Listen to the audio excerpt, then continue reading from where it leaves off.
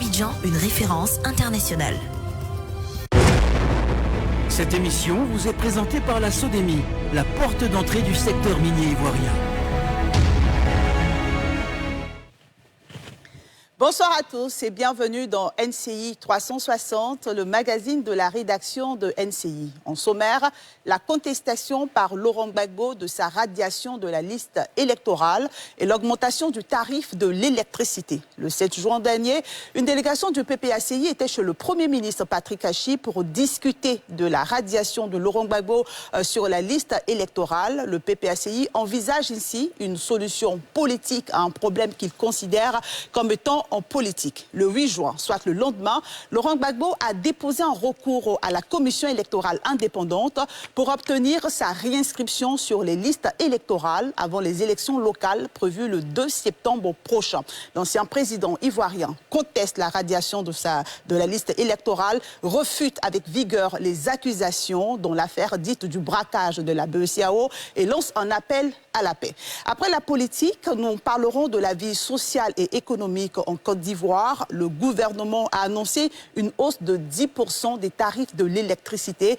Plus de 400 000 abonnés, soit 11% des abonnés de Côte d'Ivoire sont concernés par cette mesure. L'une des raisons avancées est le déséquilibre financier du secteur de l'électricité aggravé par la pandémie de Covid-19 et la guerre en Ukraine. Pour aborder ces sujets, j'ai le plaisir de recevoir pour vous et chez vous, Monsieur Tchédé Jean Gervais, vice-président exécutif du PPACI. Bonsoir. Bonsoir, madame. Et merci d'être avec nous. Je vous en prie. Docteur Ngoran Bangali, analyste politique, spécialiste des questions des relations internationales. Bonsoir et merci d'être avec nous également. Bonsoir, Evelyne, c'est un plaisir. André Sylvain Conan, journaliste, fondateur de Ivoire Hebdo. Bonsoir, André Sylvain Conan.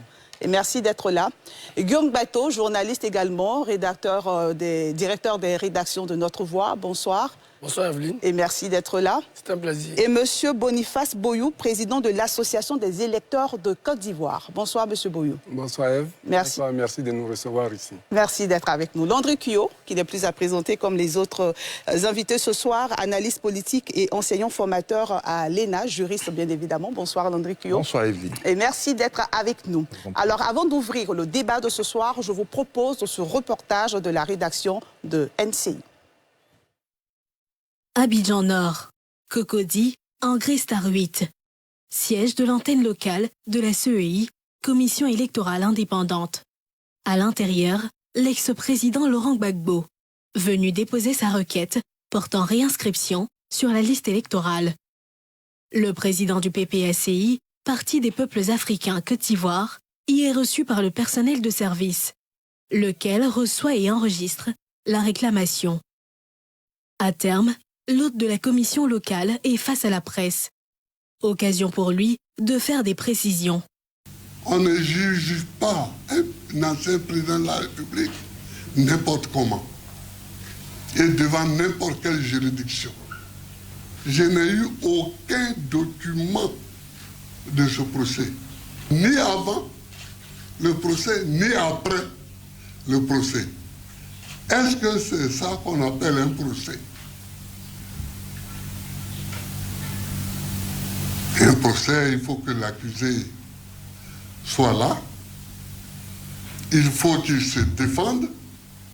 Le président du PPACI dit par ailleurs s'inscrire dans une logique de paix et de réconciliation depuis son retour au pays. Aussi, interpelle-t-il ses aînés Henri Konan Bédié et Alassane Ouattara, qui forment avec lui le trio des elders de la classe politique nationale. Moi, depuis que je suis revenu, vous voyez bien, je ne fais encore aucun coup contre personne. Parce que les coups, nous qui avons pour métier la politique, on sait en faire. On sait en recevoir, mais on sait aussi en donner. Mais j'ai décidé de ne pas donner de coups. Parce que le moment des coups est passé. Aujourd'hui, ce que nous devons faire, les présidents Bédié, Ouattara et moi-même, c'est de nous conduire de telle façon que nous laissions aux jeunes générations une Côte d'Ivoire pacifiée. Lors du dépôt de la réclamation portant réintégration de la liste électorale, une forte délégation du directoire du PPACI était aux côtés du président du parti. 24 heures avant, une autre délégation, conduite par le délégué Georges Amand-Ouénien, était les hôtes du Premier ministre Patrick Hachi. Une audience pour solliciter un règlement politique de la question du retrait du nom de l'ex-président Laurent Gbagbo de la liste électorale provisoire en lien avec sa condamnation dans l'affaire dite casse de la PCAO. Alors, messieurs, comme on vient de le voir, Laurent Gbagbo était à la CEI pour déposer cette réclamation, un acte qui suscite plusieurs commentaires et c'est la première fois qu'il rompt le silence sur ce sujet. Guillaume Bateau, quel commentaire cela vous inspire? Oh, je pense que il faut féliciter le PPACI, une fois n'est pas de coutume, d'avoir choisi la voie du dialogue que nous lui avons conseillé ici, même sur ce plateau. Bon, c'est vrai que les propos du président Gbagbo contrastent un peu avec la démarche qui a été initiée 24 heures plus tôt, mais l'essentiel, c'est de retenir que, et si on s'en tient aux propos même du chef de la délégation qui s'est rendu chez le Premier ministre, professeur Amand-Ouénien, il a même lui-même dit que toutes les procédures, tous les recours étaient épuisés, que son parti, je suppose donc avec l'accord de son patron, souhaite que dans le cadre du dialogue politique, dont le Premier ministre justement est la cheville ouvrière, que ce problème puisse être réglé politiquement. C'est ce que nous avons souhaité. Sinon, les propos du président Gbagbo lui-même sur sa condamnation, le fait qu'il n'ait pas été informé, Avant de parler dans le fond. C'est critiquable. Il y a des éléments qui montrent qu'il n'a pas tout à fait raison. Donc, moi, je suis un peu dubitatif. Je me félicite qu'ils aient choisi la voie de la négociation, qui, de mon point de vue, au regard du développement de cette affaire, reste la seule voie aujourd'hui pour permettre que cette situation soit réglée. Et comme le président Gbagbo lui-même dit qu'il ne veut plus donner des coups, parce que visiblement il est fatigué aussi, il ne peut plus en donner, c'est une bonne chose, une bonne nouvelle pour la Côte d'Ivoire. Il faut s'engager véritablement sur la voie de la négociation et il faut les y encourager. Boniface Bouillou. Merci, madame. Pour nous, à celle-ci, les électeurs, nous voulons dire qu'est-ce qu'un électeur? Pour nous, un électeur, c'est le citoyen qui a la capacité juridique pour prendre part à une élection, pour prendre part à un vote. Il faut encourager le président Gbagbo. Vous savez pourquoi? Parce que le vote n'est pas obligatoire en Côte d'Ivoire. Voilà un citoyen qui s'intéresse au processus électoral de son pays et qui veut s'inscrire sur la liste électorale parce qu'en 2020, il y avait été retiré par rapport à une décision de justice. En 2021, quand il a regagné le territoire ivoirien, il s'est réinscrit en 2022 dans le cadre de la révision de la liste électorale. Malheureusement, il s'est avéré qu'il a été retiré. Donc, il est en train de se battre pour se réinsérer au niveau de la liste électorale, pour qu'il soit sur la liste électorale définitive, pour qu'il puisse prendre part à un vote. Le vote n'est pas obligatoire en Côte d'Ivoire. Ce n'est pas comme au Brésil ou en Nouvelle-Zélande et autres, où un citoyen ne prend pas part à une élection, peut être condamné. Mais ici, ce n'est pas obligatoire. Donc pour nous, il faut encourager le président Gbagbo. C'est un citoyen à encourager, puisque lui, au moins, il s'intéresse au processus électoral de son pays. Landry Cuyo. C'est vrai que le vote n'est pas obligatoire en Côte d'Ivoire, seulement il faut de plus en plus travailler à ce qu'il soit vivement souhaité. Vivement souhaité. Et c'est un très bel exemple de voir que pendant que nous avons des jeunes qui se désintéressent au processus électoral, donc à la vie politique, il y a un homme comme lui qui, malgré son âge, se bat pour.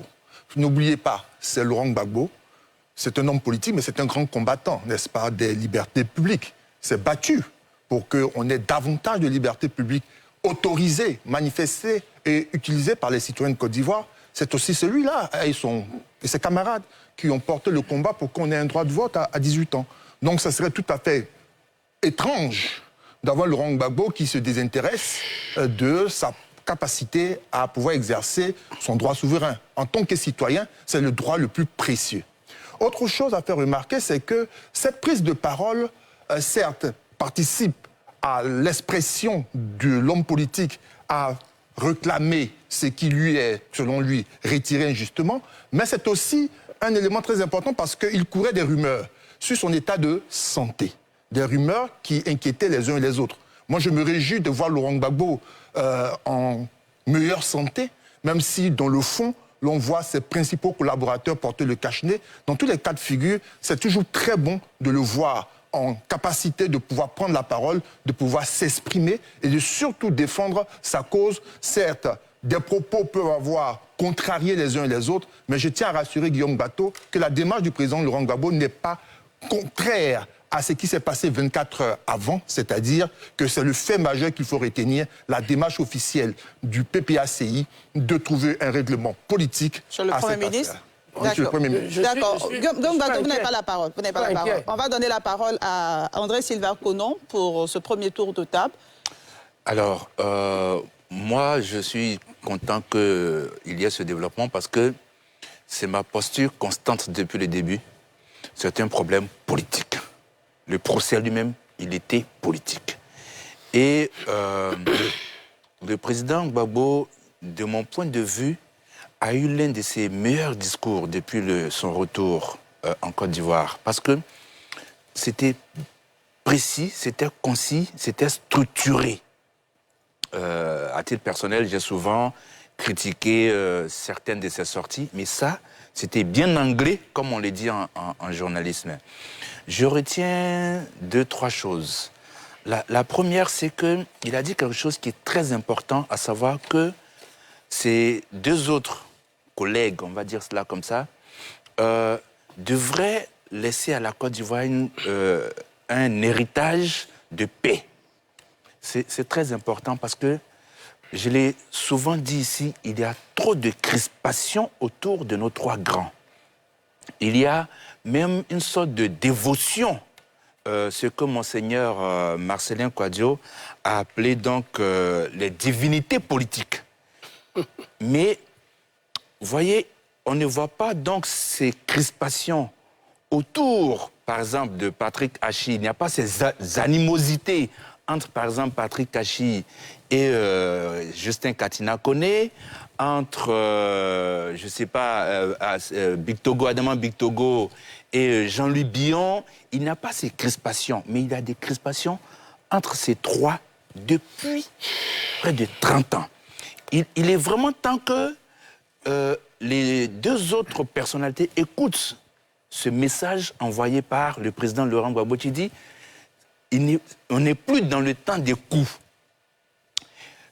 Alors, je pense que le président Gbagbo aujourd'hui est l'un des grands héros de mon postulat permanent, à savoir qu'il est temps pour les 3 grands de prendre leur retraite et de laisser la Côte d'Ivoire poursuivre sa marche avec leurs collaborateurs. Est-ce que son discours s'inscrivait dans le cadre de la retraite? C'est comme ça que j'interprète.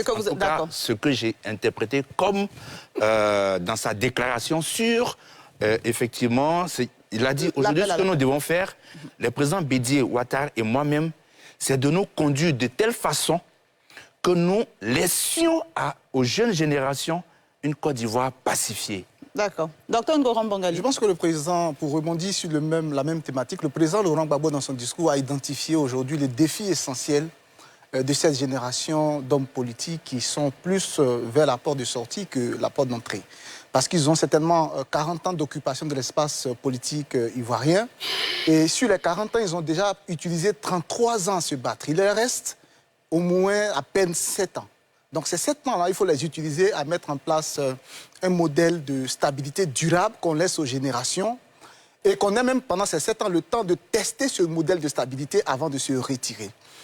J'aimerais convoquer une image utilisée par les Chinois pour définir les crises. Les Chinois et les Japonais aussi, parce que la même expression existe dans les 2 cultures, ils appellent les crises Weiji. Weiji contient 2 idéogrammes. Wei veut dire menace, danger, et Ji veut dire opportunité ou chance.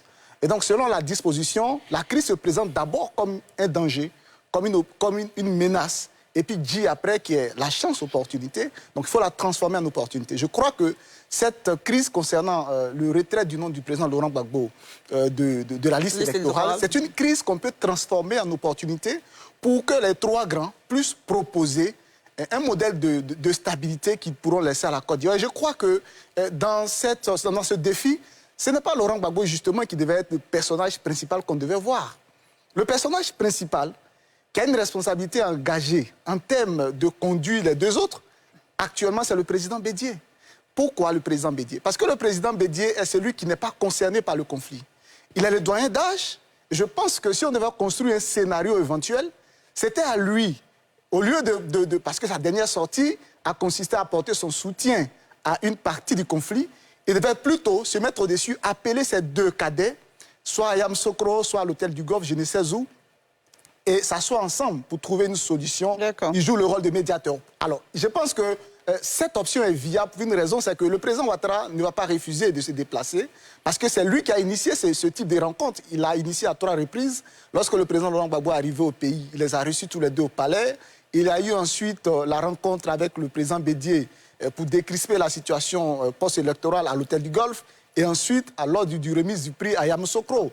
Donc, il a déjà initié lui-même. En plus, le président Ouattara, depuis un certain moment, est dans des efforts de rapprochement avec le président Bédié. Dernièrement, une délégation s'est rendue à Daoukro. Et donc, pour finir rapidement, je pense que pour ces raisons-là, le président Ouattara se rendra à cette rencontre, le président Gbagbo également, et il y aura 2 options sur la table.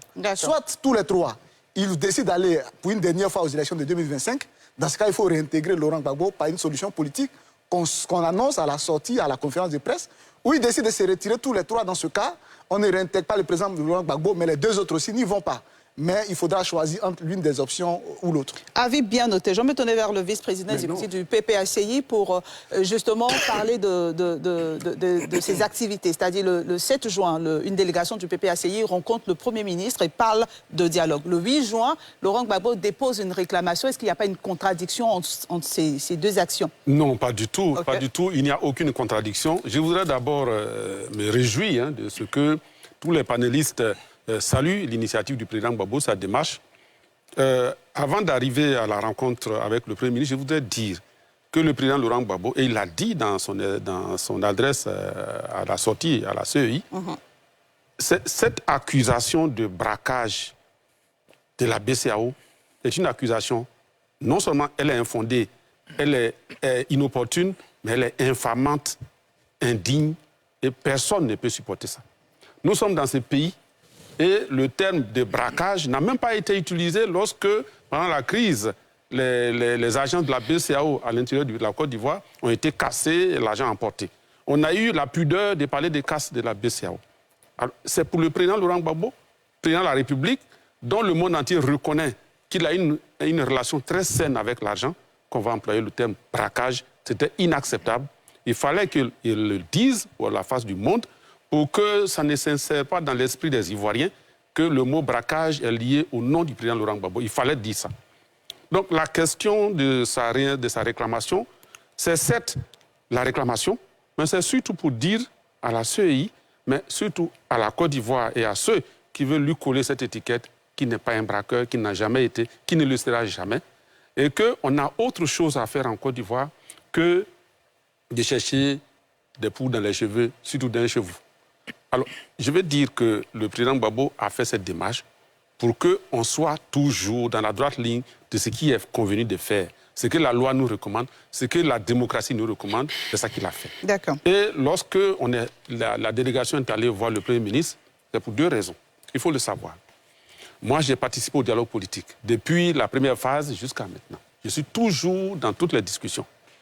Lorsqu'on fait le dialogue politique, phase 1, phase 2, jusqu'à la phase 5, c'est le Premier ministre qui est garant des recommandations qui sont les points d'accord aux discussions. Et donc, c'est pour aller lui dire qu'en tant que garant, ce qu'on a dit à la phase 5, à savoir que la réintégration du président Laurent Gbagbo est une option politique. Peu importe la manière, il appartient à l'exécutif de trouver la manière, mais c'est une nécessité, une exigence de paix. Ça a été acté au dialogue politique. On est surpris qu'on veuille le voir avec ça. Donc on est allé lui rappeler ça. Okay. Rappelons aussi que la Cour africaine des droits de l'homme a donné l'ordre à la Côte d'Ivoire, a ordonné à l'État de Côte d'Ivoire de réintégrer le président Laurent Gbagbo. Le Premier ministre, l'interlocuteur, il fallait lui dire. Et j'ai entendu ici le mot négociation. on ne négocie pas ses droits. Le président Laurent Gbagbo n'est pas dans une posture de négocier ses droits. Il rappelle à tout le monde que quand on ait la paix, pour qu'on continue à vivre, à poursuivre la décrispation et la réconciliation, commençons déjà par respecter ce qui est écrit dans nos textes. Voilà de quoi il s'agit. Très bien noté. André Sylvain Kono et ensuite Guillaume Gato qui veut prendre la parole. Moi, j'aimerais poser une question avant de faire moi-même mon propre commentaire. Monsieur Tchédé, j'ai vu donc dans les images présentées par NCI là, Madame Nadi Bamba a rempli un formulaire. C'était quoi? Elle aussi, elle a fait une réclamation, juste pour ma propre... Elle était l'assistante du président. Guillaume Gato, vous n'avez pas la parole. Juste pour ma propre curiosité. Maintenant, j'aimerais souligner que ce n'est pas la première fois qu'en Côte d'Ivoire, on devrait aboutir donc à une sorte d'arrangement politique pour ce genre de problème.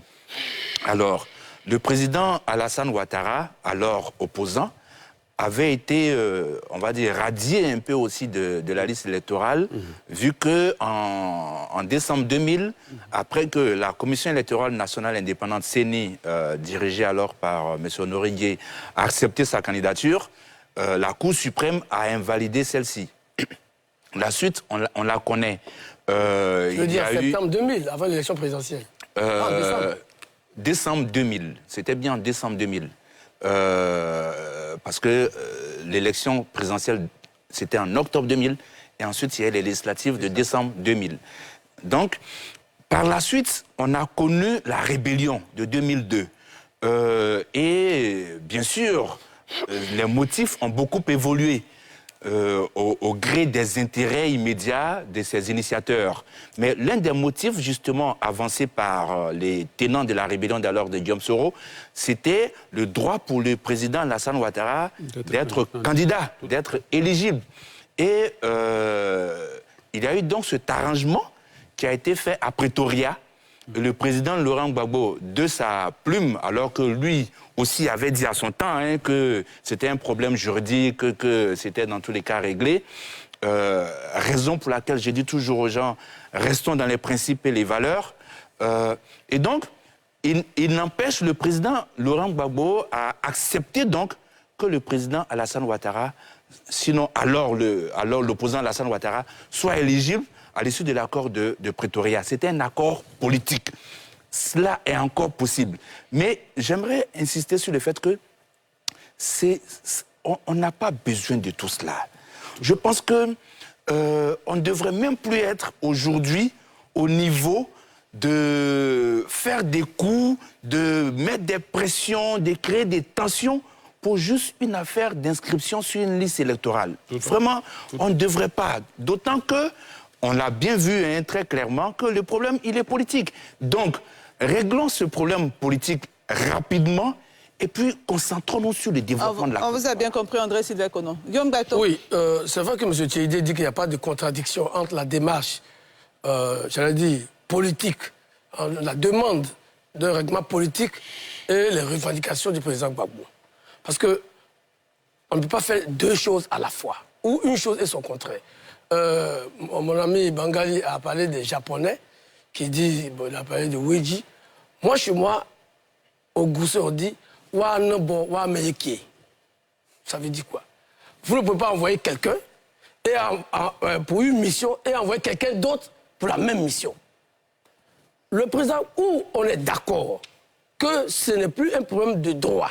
Parce que sur le plan du droit, même si je ne suis pas juriste, sur le plan du droit, M. Amaoué, c'est lui-même qui le dit, que tous les recours sont épuisés. Ça, il faut qu'on puisse l'admettre.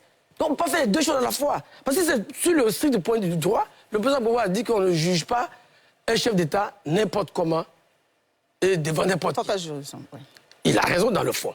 Seulement, ce qu'il ne dit pas, c'est que lui-même, en 2005, la loi numéro 2005-201 du 16 juin 2005, qui justement traite des questions du traitement des anciens chefs d'État, des anciens présidents des institutions, dit clairement à son article 54 que l'immunité dont bénéficient, ou bien les dispositions spéciales dont bénéficient les chefs d'État, n'a pas le droit de citer si les questions qui leur sont reprochées se déroulent pendant les élections ou à l'occasion des élections. Je peux lire intégralement l'article 54... Sauf qu'on n'aura pas le temps de... Oui, non, mais c'est pas long. C'est pas long. Combien de... C'est pas long. Okay. C'est pas long. C'est juste que les mesures spéciales instituées en matière de poursuite ou d'arrestation d'un ancien président de la République, d'un ancien chef ou président d'institution, ou d'un ancien membre du gouvernement pour les faits criminels ou délictuels par lui commis ne prospèrent pas pour les poursuites des infractions perpétrées lors des campagnes électorales ou à l'occasion des élections. Or, justement, on peut discuter sur le fondement ou non de ce qui est reproché, mais c'était à l'occasion des élections. Donc, l'affaire, M. Djeïdé s'accroche au mot braquage, que ce soit braquage ou casse, peu importe, mais cette affaire s'est déroulée à l'occasion des élections de 2010. À partir de ce moment, si on s'en tient à l'article 50 de la loi de 2005, il n'y a plus de juridiction spéciale. Ça, c'est eux. D'accord. Ensuite, je termine. Je termine. S'il vous plaît. Vous aurez la parole. Moi, je lis. Bien sûr. La loi. Continuez. Voilà. Parce que quand on fait un débat aussi, il faut s'informer. Continuez rapidement. Bien. Donc, du point de vue strictement du droit, le président Gbagbo n'a pas raison de dire qu'il a été poursuivi n'importe comment. Parce que la loi prévoit justement que quand c'est à l'occasion des élections, les dispositions spéciales s'effacent. Deuxièmement, M. Ouye demande un règlement politique. M. Djeïdé a dit qu'il a passé à tous les dialogues politiques. Donc, il faut qu'on fasse un choix. Et moi, je conseille vivement à M. Djeïdé ici, et au président Gbagbo lui-même, et à tous ses partisans du PPRCI, de faire un choix clair, à savoir que c'est un problème politique, il faut le régler politiquement, il faut voir comment discuter pour que, compte tenu du fait que nous voulons la paix, le président Gbagbo l'a dit, je l'ai dit, c'est une bonne chose. Il faut laisser un Côte d'Ivoire pacifié, compte tenu de cet impératif de paix, trouver un arrangement pour que le président Ouattara élargisse l'amnistie qu'il a prise pour d'autres personnes au président Gbagbo pour que cette affaire soit réglée. C'est pas là la CEI, parce qu'il sait très bien que c'est pas la CEI qui va régler le problème. Bien noté, Guillaume Gato. Boyou Boniface. Merci beaucoup, madame. Moi, je d'abord par commencer, remercier d'abord la CEI. La CEI parce que vous savez que le recensement électoral et la production des listings électoraux est du ressort de la CEI. Et dans les campagnes, la CEI a dit, je mets en mission également la société civile. Donc ici, je suis sur le plateau en tant que représentant de la société civile en ce qui concerne celle-ci. Mais je voudrais dire, nous prions les hommes politiques de mettre bas la terre. Parce que voilà un pays où on ne passe jamais de charges à un président élu. Franchement. Le président Oufoué, perd son âme, le premier président, n'a pas fait de passation de charges à Bédier. Bédier non plus n'a légué à chose, Robert Gueye, perd son âme. Gueye, à son tour, ne l'a pas légué à chose, comme n'a pas fait de passation de charges à Laurent Gbagbo. Et à Laurent Gbagbo, entre Laurent Gbagbo et Ouattara, personne n'a fait de passation de charges. Quel est ce pays? Au fond, lui, il était mort. S'il vous plaît, quel est ce pays? Est-ce qu'il est possible de discipliner Guillaume Gato? Allons-y. Quel est ce pays? Envoyez la police. Guillaume Gato, s'il vous plaît. Vous voyez, nous, pendant les campagnes électorales, dans le cadre des recensements, même des campagnes pour lesquelles nous voulons des élections apaisées, les jeunes que nous rencontrons disent qu'ils sont traumatisés par les élections en Côte d'Ivoire. D'accord. Or, ce que nous voulons maintenant, dans le cadre apaisé, nous voulons justement que les trois leaders s'asseyent, s'entendent et que ça se règle sur le plan politique. Vous voyez, au dialogue politique, nous étions heureux, nous, société civile, quand nous voyons nos leaders politiques s'embrasser, se donner des accolades, discuter entre eux et tomber d'accord sur certains points, on dit « Alléluia, nous allons avancer ». Nous allons avancer, donc nous les prions, parce qu'à l'approche des élections, la population fuit. Est-ce que c'est ça qu'ils veulent? Est-ce que c'est ça qu'ils veulent? Bien noté. Donc nous ne sommes pas sur ce plateau ici pour reprendre un jugement. Laissons les choses courir.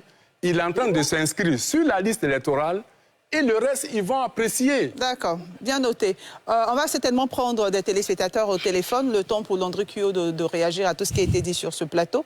Merci bien. Parce qu'ils font comme s'il n'y a pas eu 3000 morts en Côte d'Ivoire. Merci, vous n'avez plus la parole, M. Boyou. Allez-y, Landry Cuyot. Déjà, je crois que lorsque quelqu'un prend la parole, lorsqu'il parle, il y a le centre d'intérêt, il y a la profondeur du discours, il y a l'objet, et puis il y a tout le commentaire autour. Je voudrais retenir que dans les propos du président Laurent Gbagbo, ce qui importe, c'est que l'individu vous dise « je ne donnerai pas de coup ». C'est ça qui compte. Cette démarche-là d'aller faire une réclamation, elle est réservée à tout citoyen qui estime qu'il devait être sur la liste électorale et qu'il ne l'est pas. Mais le plus important, comme je l'ai dit dans mon propos introductif, c'est ce qui s'est passé 24 heures avant. Ça, c'est le citoyen Laurent Gbagbo qui dit, écoutez même son propos, il dit, moi, Laurent Gbagbo, ce que je vais laisser à mes enfants, c'est un nom qui est propre. Ça veut dire que c'est lui, intuitif personné. Mais en tant que dans la démarche politique, il y a cette délégation-là qui va rappeler à toute fin utile que le règlement de cette affaire ne peut qu'être d'ordre politique. Et quand Laurent Gbagbo dit qu'en tant qu'homme politique, il n'a plus le profit, il n'a plus la force, ou il n'a plus l'envie de donner des coups, ce n'est pas une question de sagesse divine.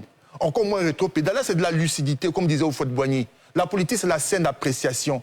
Lorsqu'il apprécie la situation actuelle, le rapport de force politique est tel qu'il ne peut pas donner de coups. Et il n'y a aucune raison à donner des coups. Aujourd'hui, de quoi s'agit-il? Il s'agit pour lui de pouvoir rappeler à toute fin utile que lui, il est Laurent Gbagbo, il s'est battu pour les libertés publiques et qu'il a besoin que l'on se rappelle de lui. Il n'accepterait pas, tel que je connais l'homme, de pouvoir quitter notre monde sans être sur la liste électorale. C'est précieux d'être sur la liste électorale, il nous rappelle à toute fin utile. Mais ce qui est important à retenir, ce sur quoi les Ivoiriens doivent se baser, doivent retenir, c'est qu'il y a un soulagement. Et ce soulagement, c'est que l'on se dise qu'il y a une issue qui ne sera pas dans les rues avec des violences. C'est une issue qui peut se régler soit au Parlement ou alors à huis clos. Je crois que lorsqu'on écoute Laurent Gbagbo et quand on considère la démarche de la délégation du PPACI, c'est plutôt un règlement à huis clos. Pour vous, c'est les deux qu'il faut prendre en compte. Au lieu du règlement à l'Assemblée nationale qui pourrait emmener d'autres polémique. Il faut se concentrer là-dessus, le souhaiter et les accompagner dans ce sens-là. Docteur Ngoron Bongali, et ensuite, je réagir rapidement sur les propos de Guillaume Bateau avant de proposer les idées complémentaires. Alors, je pense que l'article qu'il a cité n'a pas de valeur dans cette situation pour la simple raison que si on part du principe que la période électorale s'entend par la période de campagne, qui se referme une fois qu'un président nouveau, un président élu est proclamé par la CEI, dans ce cas, on n'est plus dans le même contexte. Parce que si on reste dans sa définition de la période électorale, si on était encore dans la période électorale, ça veut dire qu'il n'y avait pas de nouveau président, donc Laurent Gbagbo était toujours président, puisqu'on était dans la période électorale. Dans ce cas, il n'y a pas de braquage, c'était le président en exercice qui allait, disons, si vous voulez, réquisitionner la BCEAO. C'est justement parce qu'on n'était plus dans une période électorale et qu'un nouveau président élu avait été proclamé par la CEI, et que l'ancien président, selon le résultat de la CEI, a requis les services de la BCEAO, c'est justement pour cette raison-là que les poursuites ont été lancées. Donc si on va même dans ce raisonnement-là, je pense que dans ce cas, les poursuites n'auraient pas de raison d'être parce que si on était dans la période électorale, le président de la période électorale, c'était bien le président Laurent Gbagbo, donc le débat même serait clos. Alors, après avoir dit ça, je pense qu'aujourd'hui, c'est un rappel des responsabilités de chacun des acteurs politiques.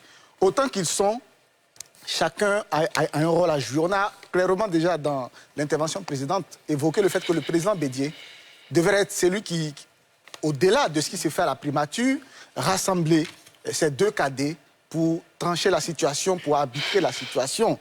Et ça, c'est la responsabilité du président Bédié. Mais au-delà de cela, le président Alassane Ouattara a aussi une responsabilité dans l'affaire parce que, quelle que soit la formule de résolution politique, ça passe forcément par lui. C'est-à-dire que la situation est verrouillée en sorte que le chemin qui mène à Rome passe forcément par lui. Quelle que soit l'option choisie, soit on choisit l'option d'un règlement politique au Parlement, ça passe par lui parce que l'addition des deux groupes parlementaires du PPACI et du PDCI ne suffira pas à obtenir la majorité. Il faudrait que, de son côté, il donne une consigne pour que son parti également soutienne cette loi d'amnistie. Alors, la deuxième option politique, qui est l'option présidentielle, également celle de l'ordonnance d'amnistie, passe également par lui parce que c'est lui qui détient la signature. Et donc, je pense que dans les deux cas, il est mis devant sa responsabilité comme étant la clé ou la cheville ouvrière de la solution politique. Et puis le président Gbagbo lui-même, le premier concerné, je pense que sa responsabilité, c'est aujourd'hui d'amener son parti à se concentrer sur ce qui est l'essentiel, c'est-à-dire la solution politique. Vous savez, cette histoire-là, il y a deux angles d'attaque possibles. Il y a l'angle administratif, technique, réglementaire, qui passe par la CEI, Mais après avoir écouté les différentes parties, on se rend compte que c'est une voie sans issue. Parce qu'il y a une décision de justice sur laquelle la CEI va s'accouter. Donc, même si on va se réinscrire 10 000 fois, eh bien, ils vont s'appuyer sur la décision pour rejeter. De justice, donc, d'accord. qu'ils disciplinent son parti pour qu'il y ait une concentration sur ce qu'on considère comme l'essentiel, c'est-à-dire la deuxième voie, qui est la voie de la résolution politique. D'accord, je vais donner la parole, s'il vous plaît. Il y a un téléspectateur en ligne, M. Jules Conté, qui nous appelle de Bingerville. Bonsoir, M. Conté. Pour vous, cette déclaration de Laurent Gbagbo est juste une stratégie pour revenir sur la scène politique? Il est déjà sur la scène politique. On ne vous entend pas?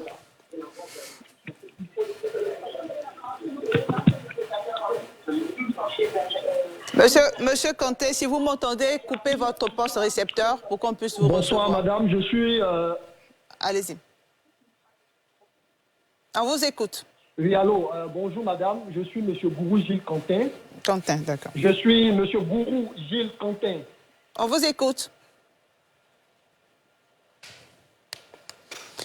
Monsieur Quentin, on vous écoute. Problème de réception. Je vais me tourner vers vous, monsieur Tchédé, et je vous permets de répondre en même temps à ce que les gens, en fait, ce qu'on a entendu, la casse, le braquage ou la réquisition, et rappeler que monsieur Oubel Olaï, lors d'une déclaration récente devant la presse, a dit que Laurent Gbagbo a réquisitionné la BCEAO. Tout à fait. La question de la Dibamba aussi. Oui, alors je ne sais pas. Merci de me donner la parole. Alors, je voudrais dire que lorsqu'on parle de s'inscrire dans le jeu politique, en parlant de Laurent Gbagbo et du PPACI, franchement, on prêche à des convertis sur la question. Ah, c'est un. De deux, je voudrais rappeler que c'est justement le gouvernement qui est à l'origine du dialogue politique. On a commencé en 2019 sur la CEI, ensuite sur le code électoral en 2020 avec le Premier ministre Amadou Gon. Ensuite, nous avons continué avec le Premier ministre Ahmed Bakayoko.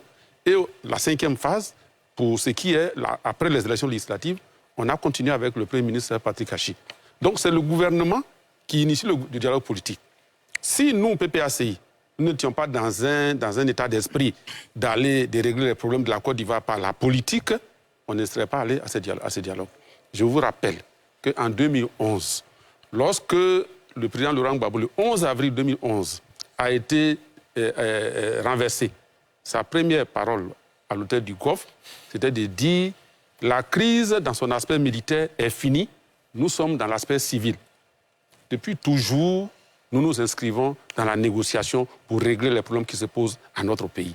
Donc là-dessus, on n'a pas de leçons à nous donner, même si Guillaume Bateau estime qu'aujourd'hui, il a un nouveau rôle de conseiller, où il peut conseiller Tchédé Jean Gévert, il peut donner des conseils à Laurent Gbagbo sur la démarche politique. Mais je ne peux pas payer pour ça. Guillaume Bateau, voilà. S'il vous plaît, vous aurez votre temps de parole. Oui, mais c'est ce que tu as dit. Ça vous coûte rien. Vous aurez votre temps de parole. Je voudrais qu'on fasse preuve d'un peu plus de allez-y, on vous écoute. Et que ici, là, les gens qui nous écoutent veulent entendre des paroles sérieuses. La chaîne est très sérieuse. Et il ne faudrait pas qu'on descende plus bas que terre. Vous pouvez poursuivre votre... Cela dit, je voudrais dire que c'est comme ça que nous nous sommes inscrits depuis 2011 dans le dialogue politique. Je peux refaire l'histoire, mais je m'en tiens seulement au dialogue politique qui se fait maintenant. Alors, quand nous nous déplaçons pour aller voir le Premier ministre, au risque de me répéter, c'est de lui dire, en tant que garant, voilà ce que le dialogue politique avait recommandé. Ça, on l'a compris. On a signé et ça a de la peine à être appliqué. Ensuite, c'est la période du contentieux. Le président se lève et puis il va faire son contentieux. Pour qu'on voit comment ça passe. Pendant ce temps, les discussions politiques peuvent s'ouvrir si ceux qui doivent les ouvrir vont les ouvrir. Mais on ne peut pas aller plus loin en tant que parti d'opposition. Maintenant, pour ce qui est de la BCEAO, oui. Parce que c'est là la question que vous avez posée. C'est ça la question de fond, exactement. La BCEAO, au moment où le président Laurent Gbagbo prenait un décret conformément à la Constitution pour réquisitionner la BCEAO, parce que la BCEAO avait reçu des ordres d'en haut, d'ailleurs, pour fermer tout et d'arrêter de payer les fonctionnaires ivoiriens et de payer des pays. Or, la BCEAO, c'est une banque.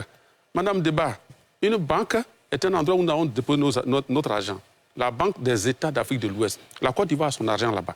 Et quelqu'un prend la décision d'empêcher, en violation des textes de la BCEAO, d'empêcher l'État de Côte d'Ivoire de bénéficier de son argent. Or, il faut payer les fonctionnaires, il faut faire fonctionner l'État. Donc, le président, conformément aux prérogatives que lui confère la loi, il a pris un décret pour réquisitionner la BCEAO. Et justement, c'est sur le thème de la réquisition que certains disent, quand vous parlez de réquisition, c'est un aveu, c'est presque un aveu, c'est comme si vous reconnaissiez les faits. Est-ce qu'un État dont le chef d'État est en fonction, parce que je rappelle que la loi de la Constitution de Côte d'Ivoire dit que le nouveau président prend fonction après la prestation de serment devant le Conseil constitutionnel. Donc même si les élections se sont déroulées correctement et que le vainqueur a été proclamé correctement, jusqu'à ce qu'il prête serment, c'est l'ancien président qui a le droit et le devoir de faire fonctionner l'État.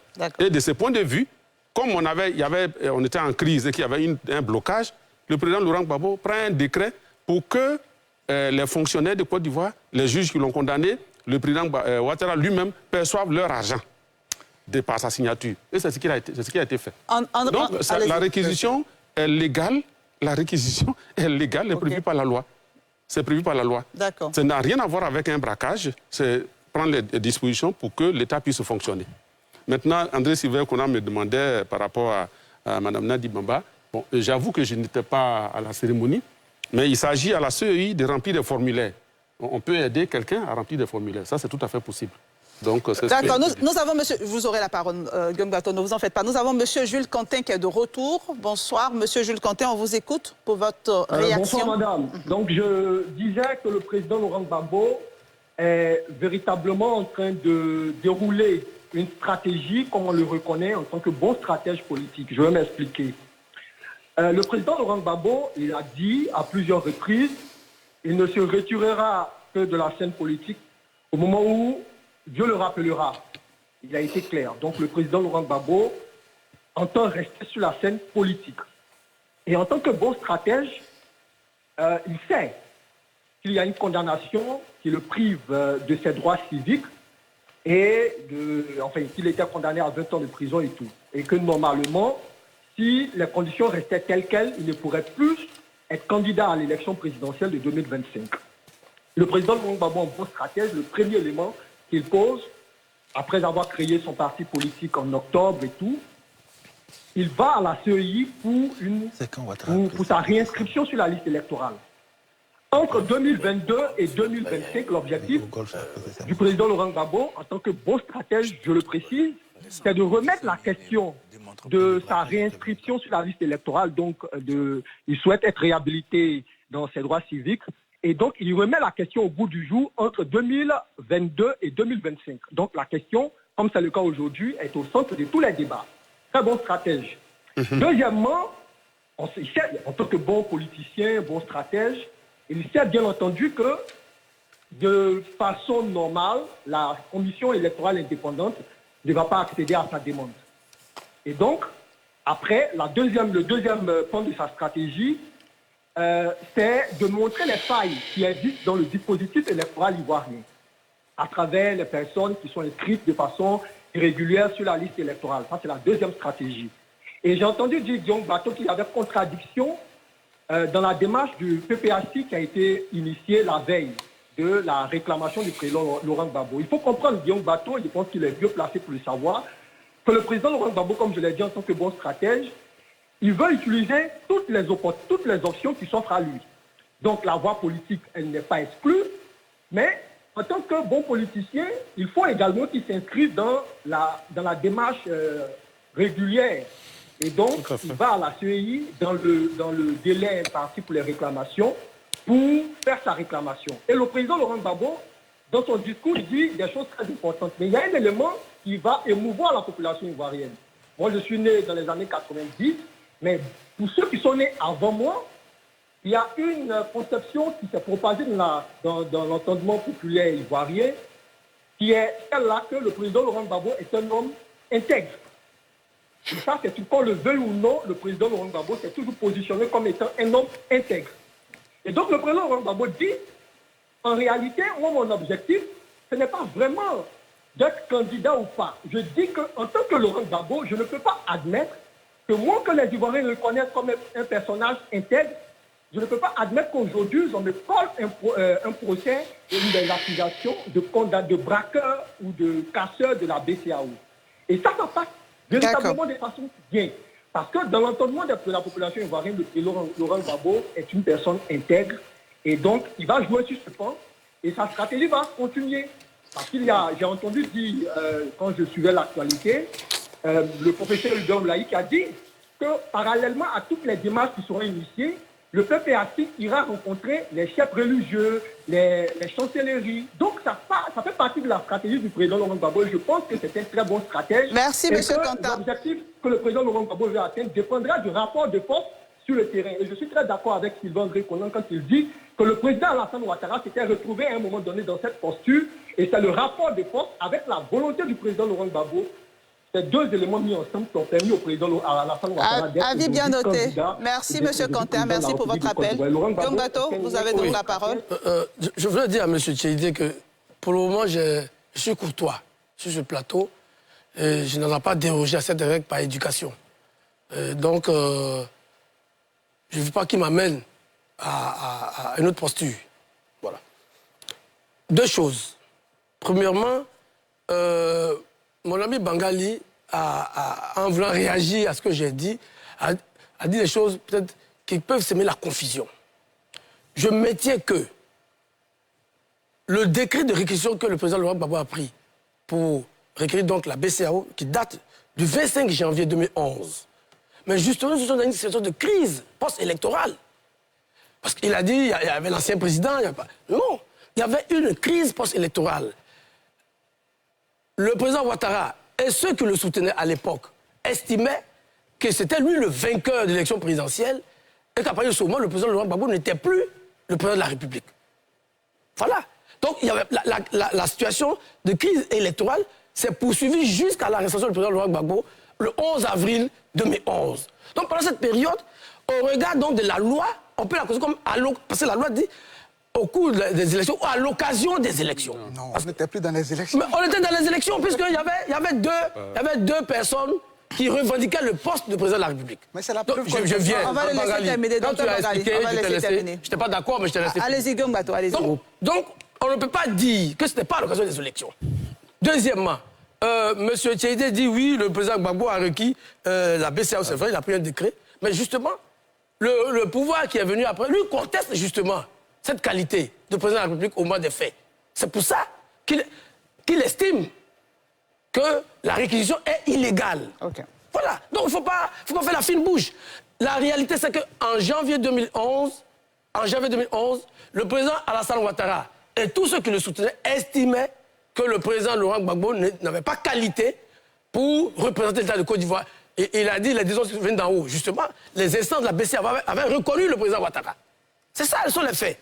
On peut les contester, mais il faut les rappeler. Okay. Parce que si on ne les rappelle pas, on crée la confusion dans l'esprit des gens. Et ceux qui ont pris donc la décision de justice se sont appuyés sur la loi de 2005, justement, qui dit qu'à l'occasion des élections, s'il y a des contentieux, les anciens présidents de la République sont plus couverts. 30 secondes. Landry Cuot. Déjà, il est important de relever que, malheureusement, à nous écouter les uns et les autres, on est dans une démarche où on a deux lectures de l'histoire de la Côte d'Ivoire. Mais je voudrais faire une démonstration toute simple. On nous parle du fondement qui fait que Laurent Gbagbo fait l'objet de condamnation pour la question de braquage ou de réquisition. C'est selon la légalité du fait. Or, tout dépend de son statut à l'époque. Je précise que dans cette période trouble sombre de la Côte d'Ivoire, deux personnes ont été successivement investies en qualité de président de la République. Sauf qu'il y a le premier qui a été investi d'un point de vue chronologique, qui a vu que celui qu'il avait investi s'est dédié par la suite. C'est-à-dire le professeur Yao Polondré prétestant avoir été habité par le diable. Donc, s'il s'est dédié, cela veut dire qu'il vous nie la qualité que vous aviez et les actes que vous avez pris à cette époque, on devient illégal. Par voie de conséquence, le pouvoir qui se maintient est en droit de dire que tous les actes que vous avez posés à cette époque sont illégaux. Par voie de conséquence, il ne s'agit plus d'une réquisition, mais il s'agit plutôt d'un acte délictuel. Mais ça, ce n'est pas le plus important. Le plus important aujourd'hui pour nous, pour éviter de tomber dans la polémique qui est interminable et qui va affecter forcément la question de la stabilité et de l'apaisement du climat politique en Côte d'Ivoire. Je le répète à nouveau. Il est important qu'un règlement politique se fasse, d'autant plus que les partis sont d'accord sur cette question-là. Il faut se concentrer là-dessus.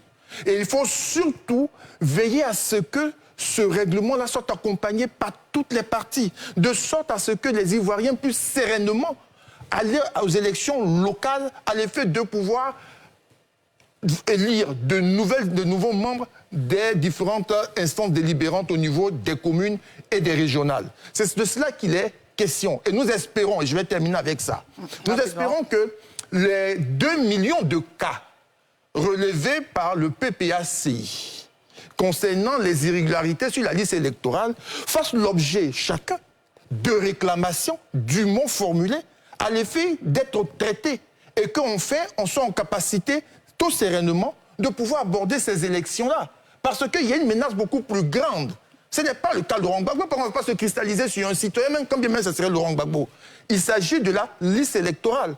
Or, si donc on a un parti politique, pas le moindre, qui estime que cette liste électorale est incrédible parce qu'il faut une norme de 97% et qu'il y a plus de 2 millions de cas d'irrégularité, on va nettement vers une situation de blocage parce que l'opposition dira on ne peut pas aller à ces élections-là à cause de cette liste-là qui ne fait pas foi. Voici ce qui menace les Ivoiriens, voici ce qui menace la Côte d'Ivoire et il faut avec sérénité pouvoir poser les problèmes et les traiter comme il le faut. D'accord, bien noté Landry Cuyot. Avant de donner la parole à André Sylvain Conon, on va juste faire une courte pause.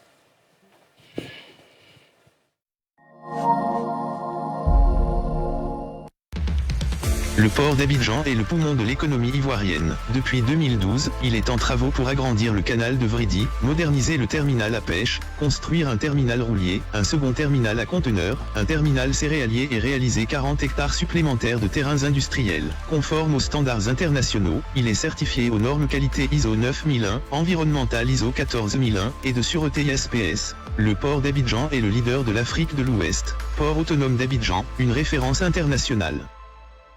Depuis 1962, la SODEMI, Société pour le développement minier de Côte d'Ivoire, a développé une solide expertise en matière de recherche et ingénierie minière. Ses missions, exécuter les programmes de recherche géologique et minérale, participer à la mise en valeur des découvertes et à l'exploitation des gisements. Pour plus d'infos, www.sodemi.ci. Email, info@sodemi.ci. Téléphone, 27 22 22 01 00. 27 22 22 01 24. Sodemi, 60 ans d'engagement au service du développement minier de la Côte d'Ivoire.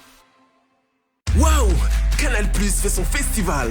Du 25 mai au 30 juin, réabonnez-vous à votre formule précédente et tentez d'être tiré au sort pour gagner des décodeurs connectés et des abonnements de 6 mois. Et ce n'est pas tout. Profitez de 15 jours à la formule Tout Canal+ et bénéficiez de notre programmation exceptionnelle pour vivre un festival de sport, de séries et de divertissement. Pour plus d'infos, appelez le 1313 ou rendez-vous en boutique.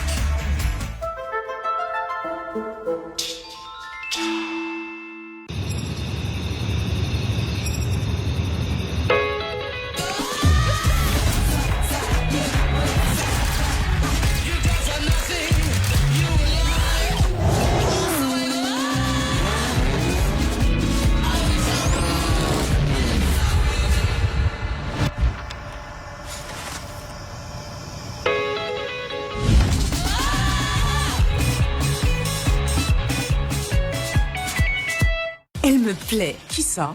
Elle. Pas de compte bancaire. Service client disponible 24 heures sur 24, 7 jours sur 7. Sécurisé par bande magnétique, puce électronique et code secret. Alerte SMS à chaque transaction. Validité de 3 ans. Et en plus, elle me sert.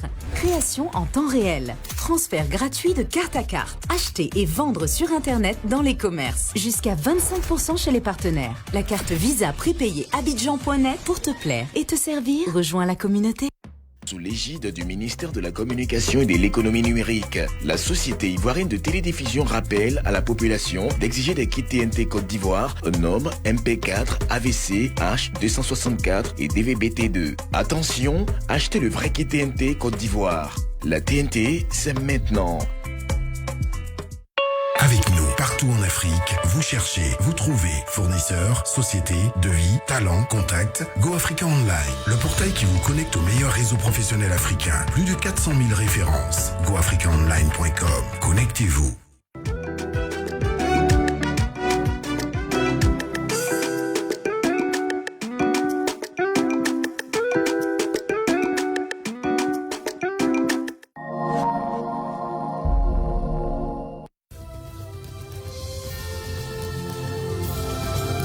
autonome d'Abidjan, une référence internationale. La SODEMI, la porte d'entrée du secteur minier ivoirien. Retour sur le plateau de NCI 360 et en première partie d'émission, nous parlons de la réclamation déposée par Laurent Gbagbo à la CEI pour sa réinscription sur la liste électorale. Et comme vous le savez, les avis sont bien sûr partagés sur ce plateau. André Silva Conan, pour votre temps de parole maintenant. Oui, j'aimerais dire que les paroles pour moi de Paul Yaoundé sont vraiment plus crédibles. Demain, il pourra encore dire qu'au moment où il disait qu'il était possédé, il était encore sous emprise satanique. Donc, honnêtement, pour moi, les hommes de droit qui disent une chose les jours pairs et une autre les jours impairs, ça ne vaut rien du tout. La deuxième chose, c'est que l'article 54 dont il parle ne concerne vraiment pas le sujet pour lequel nous sommes en train de discuter aujourd'hui, à savoir le braquage ou la réquisition de la BCEAO. On n'était plus en élection. L'élection, c'était le 28 octobre 2010 au premier tour. Le deuxième tour, c'était le 28 novembre 2010. On était même... après, il y a eu donc l'arrêt du Conseil constitutionnel, la décision du Conseil constitutionnel, je crois, le 3 décembre 2010. On n'en était plus là. Donc, le texte qu'il sort est vraiment une interprétation de sa part. Au passage, j'aimerais aussi relever que en 2011, au moment où justement il y avait cette réquisition, John Bato était bien d'accord avec le président Laurent Gbagbo. Voilà. Donc, ça c'est ce que je voulais dire dans la forme. Je suis plus d'accord avec lui. Oui. Pour dire que les positions à géométrie variable, bon, voilà. Et donc, l'autre aspect que j'aimerais relever, c'est qu'on était dans un contexte où, d'un côté, il y avait ceux qui estimaient avoir gagné, de l'autre, ceux qui estimaient aussi avoir gagné. Mais autant on reproche des choses au président Laurent Gbagbo, au camp du président Laurent Gbagbo, autant le camp du président Laurent Gbagbo a aussi des choses à reprocher au camp du président Alassane Ouattara. Rappelez-vous, l'embargo sur les médicaments. Il y a eu des choses dans les deux camps. Mais aujourd'hui, nous sommes en 2023. Il faut qu'on se pose une question essentielle. Qu'est-ce qu'on veut vraiment pour la Côte d'Ivoire? Mais honnêtement, dernièrement sur votre plateau ici, j'ai dit, le PPACI aurait pu dire, OK, on va faire comme le RDR. Laurent Gbagbo sera candidat à la mairie de Yopougon. Vous pensez qu'on pourra gérer cette crise comme ça? Non. Qu'est-ce qu'on veut pour la Côte d'Ivoire? Pour une petite affaire, excusez-moi, mais c'est très important pour d'autres personnes, mais pour moi, c'est juste une inscription. Réinscrivez le nom du président Laurent Gbagbo sur la liste électorale et qu'on avance. Il y a des choses plus importantes dans ce pays. On a un pays à construire, à développer. Tout à l'heure, on va parler certainement de l'électricité. Il y a des enjeux importants. Pourquoi est-ce qu'on veut nous distraire avec cette affaire? Réinscrivez le président Laurent Gbagbo sur la liste électorale et surtout, cela relève de la responsabilité du RHDP parce que, vous voyez, il y a un autre aspect. Aujourd'hui, sans qu'ils ne se rendent compte, ils vont donner donc des arguments de remobilisation au PPACI qui a commencé à envoyer des émissaires dans les localités, dans les régions. Il y a aujourd'hui un élément qui va donc permettre au PPACI de se remobiliser. Rappelez-vous donc le meeting de Yopougon. C'est intervenu au moment de l'arrestation des 26 militants du PPACI. Mais tout cela, votre téléspectateur parlait de stratégie, mais bien sûr, s'il y a une stratégie, c'est que c'est le RHDP qui aide justement le PPACI à se remobiliser. Donc, pour moi, il faut aller de l'avant. D'accord. Docteur Ngoram Bangali. Je pense que la question a été... il y a une tentative de nous ramener dans le passé pour faire la genèse des causes profondes de ce conflit. Et je pense que nous sommes en train de tomber dans l'erreur de justement nous embourber dans ce qui nous divise. Et à ce stade-là, la question c'est de parler d'une même voix pour pousser les acteurs vers la solution politique. Et donc il n'est pas question de nous diviser à nouveau. Si c'est ce qui a constitué le problème, mais il est question plutôt de nous entendre pour pousser la classe politique vers la solution politique. Et je pense que dans ce sens-là, chacun des trois grands à sa responsabilité. Mais au-delà de cela, c'est surtout l'ensemble des Ivoiriens. Et donc ceux qui, disons, se réclament de ceux d'à gauche, de ceux de droite ou de ceux du milieu, il y a, je pense, un niveau d'engagement de chacun d'entre nous à moraliser son propos, à pacifier son propos, de sorte que, comme on l'a déjà observé par le passé, les tensions du marigot politique ne puissent pas s'infiltrer dans le tissu social à travers des ruissellements sous quelque forme que ce soit. Parce que finalement, comme l'a dit André Sylvain Conan, je pense qu'aujourd'hui, on a de plus grandes préoccupations, d'autres préoccupations qui doivent focaliser l'attention de l'opinion publique que ce dossier-là qui n'en finit pas, je dirais, d'occuper l'actualité pendant plusieurs semaines. Boniface Boyou. Merci, madame. Nous sommes très heureux d'avoir en face de nous ici l'honorable. Vous voyez, les partis politiques doivent faire l'effort de respecter le peuple, y compris les juristes eux-mêmes. Parce que pour nous, personne n'a dit le droit. Il est écrit, et c'est un problème de lecture, que lorsque la CEI proclame un résultat et que le Conseil constitutionnel doit proclamer un autre résultat contraire à celui de la CEI, on doit donc pouvoir reporter les élections.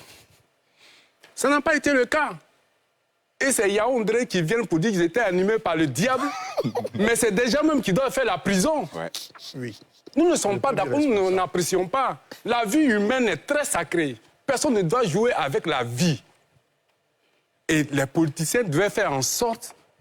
On a comme l'impression qu'il n'y a pas eu 3000 morts en Côte d'Ivoire. Il y a des citoyens qui ont perdu leurs emplois. Les maisons, les tissus sociaux ont été déchirés, les familles ont été disloquées.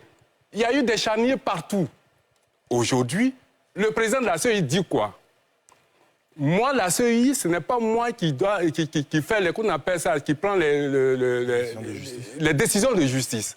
Si quelqu'un est frappé par une décision de justice, alors vous, les politiciens, vous savez comment faire. On était tous le 13 mai à Evans, c'est qu'on appelle ça, pas de publicité, à la réception, lorsqu'ils partaient remettre la liste électorale numérique aux partis politiques. Mais ceux d'en face, PPAC, qu'est-ce qu'ils nous ont fait?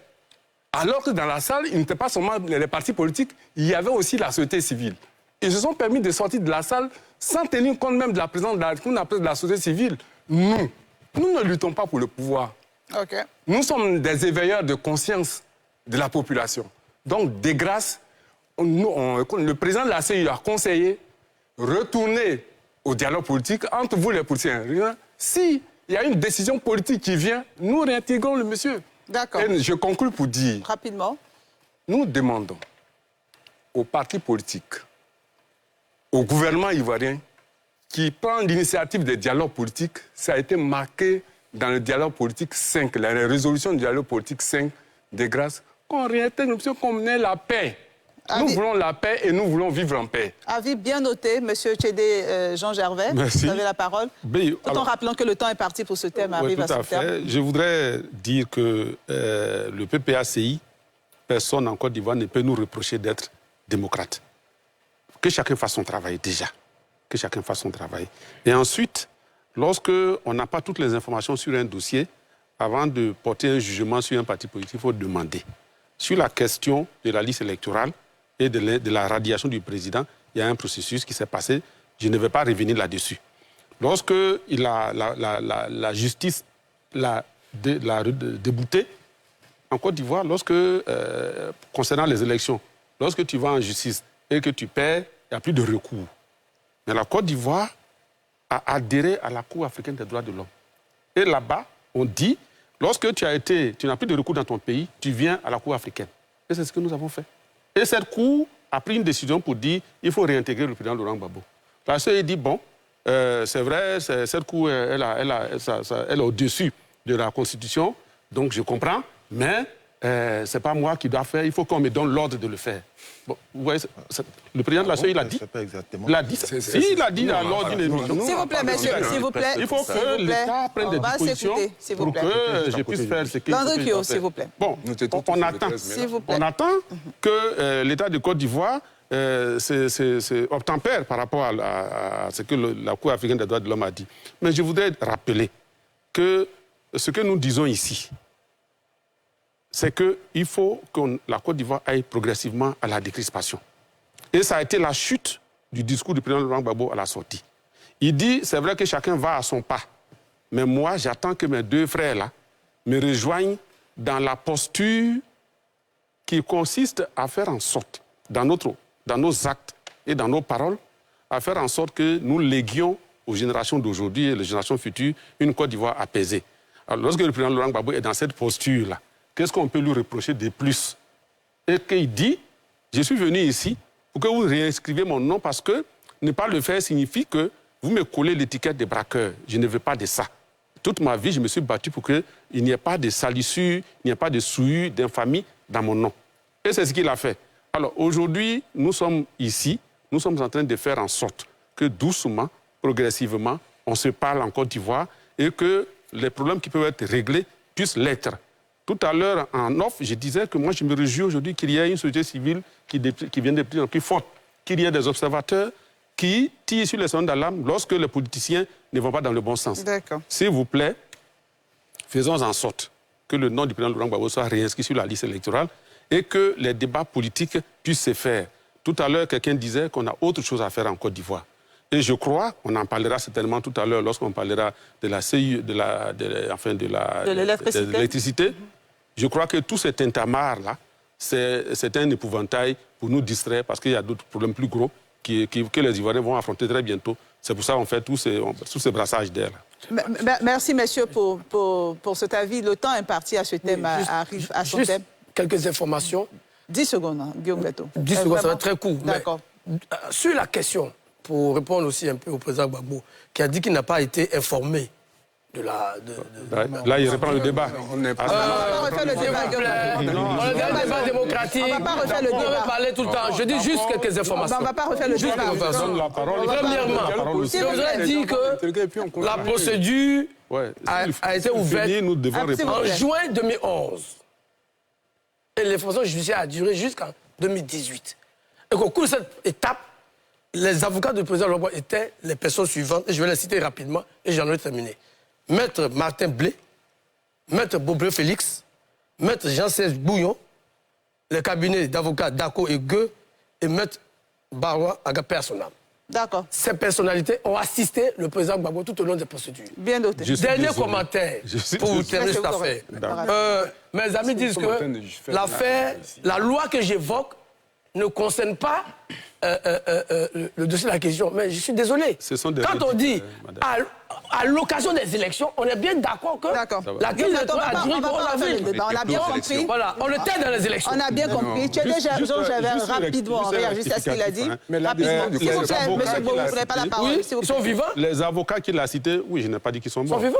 Guillaume Bateau, on vous a écouté. S'il vous plaît. On va s'écouter. On va s'écouter. Allez-y, rapidement. Allez-y. Oui, voilà, donc il faut rester calme. C'est mieux comme ça.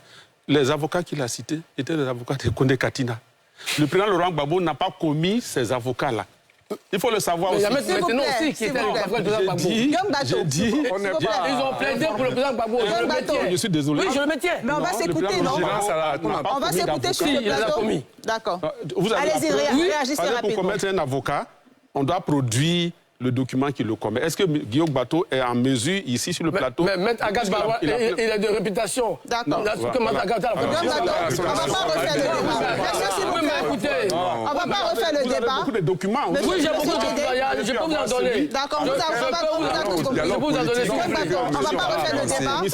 On va aborder le deuxième thème de cette émission. On ne va pas refaire le débat. Sur proposition de l'Autorité nationale de régulation du secteur de l'électricité et après l'analyse de la commission consultative sur les tarifs d'électricité, le gouvernement a décidé d'un ajustement moyen du prix de l'électricité, soit une hausse de 10% pour une partie des abonnés à partir du 1er juillet. Je vous propose ce reportage de la rédaction d'NCI, on en discute juste après. À partir du 1er juillet 2023, 400 000 abonnés de la compagnie ivoirienne d'électricité, soit 11% des utilisateurs de cette énergie, verront une hausse du prix de leur consommation. La répartition de l'ajustement tarifaire, estimée à un taux moyen de 9,6%, a été rendu public lors d'une conférence de presse. Il est important de préciser que 89% des abonnés ne seront pas concernés par cet ajustement. Ainsi, la répartition du taux moyen d'ajustement se présente comme suit. Les abonnés de 5 ampères et de 10 ampères ne sont pas concernés par cet ajustement. Les abonnés de 15 ampères et plus, ainsi que les professionnels, auront un ajustement de 10%. Les abonnés de la haute tension et de la moyenne tension auront un ajustement de 15%. Cette décision vise à renforcer les investissements dans le secteur afin d'éviter la dégradation de la qualité du service d'une part et corriger le déséquilibre financier d'autre part. En effet, selon le ministre de tutelle, la différence entre le prix de vente, évalué à 73 francs CFA le kilowattheure, et le prix de revient, à 89 francs CFA, pourrait conduire à une perte d'exploitation. L'écart entre les besoins de financement du secteur de l'électricité et les ressources qu'il génère perdure et s'amplifie. Pour la seule année de 2023, la perte d'exploitation est estimée à 161 milliards de francs CFA. Cet ajustement permettra de réduire la perte d'exploitation du secteur de 76 milliards de francs CFA en année pleine. Face à la crainte d'une inflation qui découlerait de cette décision, le gouvernement rassure. Une étude préalable a été menée afin d'éviter ce cas de figure. Aussi, tout sera mis en œuvre pour assurer le contrôle. On n'aura pas grand-chose à dire.